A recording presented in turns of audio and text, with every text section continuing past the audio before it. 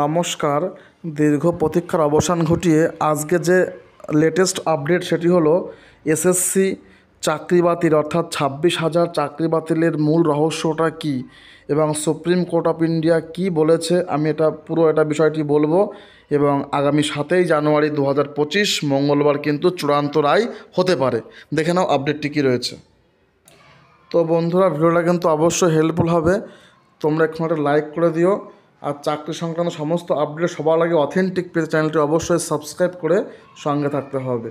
তো দেখো কি রয়েছে, বলছে এসএসসি 2016 যে কেস আপডেট অর্থাৎ 26,000 চাকরি বাতিলের লেটেস্ট আপডেট কি রয়েছে সেটি হলো কি না, 2016 সালে নিয়োগ হওয়া 26,000 ইন সার্ভিস শিক্ষকদের ভবিষ্যৎ ঝুলে রয়েছে কিন্তু সুপ্রিম কোর্ট অফ ইন্ডিয়ার ফাইনাল জাজমেন্টের উপর।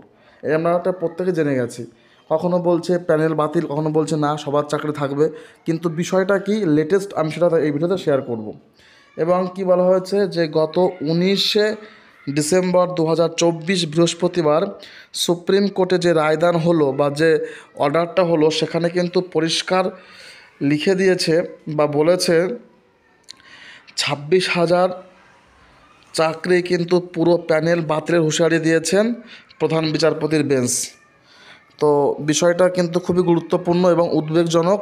পশ্চিমবঙ্গের এই ঘটনা যদি ঘটে তাহলে কিন্তু প্রচুর পরিমাণে শিক্ষক মহলের কিন্তু ক্ষতিগ্রস্ত হবেন। অর্থাৎ পুরো প্যানেলটা যদি বাতিল হয় তাহলে কিন্তু অনেকেই বিপদের মুখে পড়ে যাবে, পশ্চিমবঙ্গ সরকার তথা এসএসসি কমিশনও। তো বন্ধুরা, আশা করি পরিষ্কার বুঝতে পারছো আমি কী বলতে চাইছি।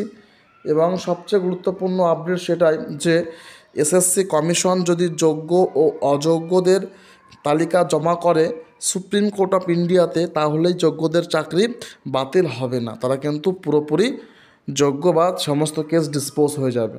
ঠিক আছে, কিন্তু কমিশন এবং সরকার কিন্তু কোনো মতেই যোগ্য এবং অযোগ্যদের তালিকা কিন্তু তারা দিচ্ছে না। তারা অলরেডি ওএমআরের সফট কপি নষ্ট করে ফেলেছে, তারা কোনো প্রমাণ দেখাতে পারছে না। তো কি হবে এখন?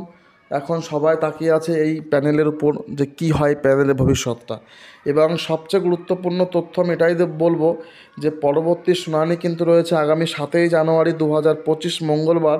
সেখানে কিন্তু একটা গুরুত্বপূর্ণ কথা লিখে দিয়েছে সুপ্রিম কোর্ট অফ ইন্ডিয়ার জাজমেন্ট বা অর্ডার কপিতে। কি লেখা রয়েছে সেটি প্রত্যেকে দেখে নাও।